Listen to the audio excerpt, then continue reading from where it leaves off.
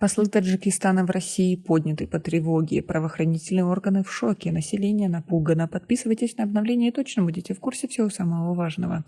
В ночь на 12 июня в Екатеринбурге произошла массовая драка с участием уроженцев Таджикистана.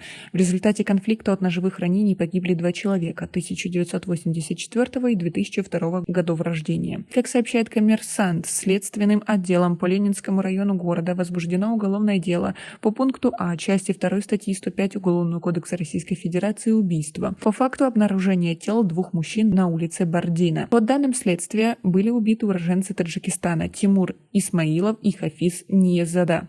Согласно материалам уголовного дела, вечером 11 июня Тимур Исмаилов находился у себя дома в Заречном, около 40 километров от Екатеринбурга. После телефонных звонков мужчина вместе с 19-летним сыном поехал в поселок Малый Исток, чтобы забрать друга и поехать с ним в Екатеринбург для встречи с коллегами по работе. Около 3:10 они доехали до магазина «Монетка» на улице Бардина. Спустя 10 минут туда приехал Nissan, из которого вышли 6 мужчин. Среди них были уроженцы Таджикистана Кенджабой Назарзада и Сипар Юсупов. Личности остальных участников встречи сейчас устанавливают силовики.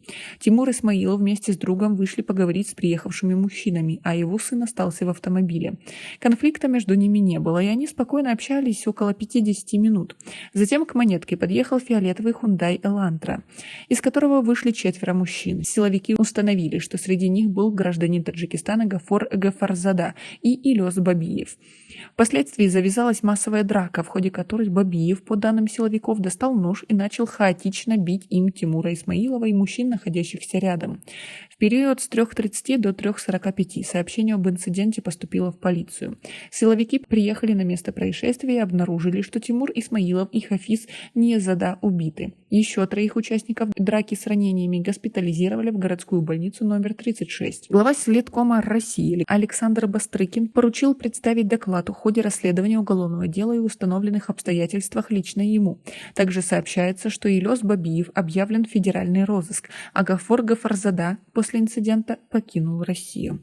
Между тем, как сообщил глава уральской таджикской диаспоры Фарух Мирзоев, оба погибших в Екатеринбурге работали на стройке. По его словам, конфликт разгорелся из-за того, что один из участников разборок задолжал денег другому, а выяснять отношения должник и заемщик приехали с группами поддержки.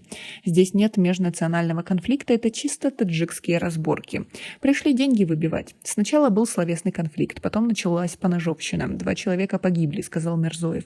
Никакие деньги не стоят человеческой жизни. Мы работаем с правоохранительными органами и готовы оказать и оказываем всяческое содействие.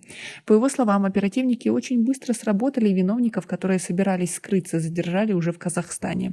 В СКР по Свердловской области заявили, что такой информации пока нет. Также, по словам Фаруха Мирзоева, среди нападавших был известный участник смешанных единоборств в Екатеринбурге Сухроб Давлатов.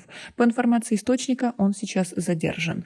В Следственном комитете пока отказались комментировать то, что касается Давлатова. По данному факту, следственными органами СК России расследуется уголовное дело, устанавливаются все обстоятельства произошедшего, сказали в ведомстве. Как вы относитесь к такой ситуации, к тому, что таких сообщений с каждым днем все больше? У нас пока на этом все. Оцените наше видео подпиской и лайком. До скорой встречи.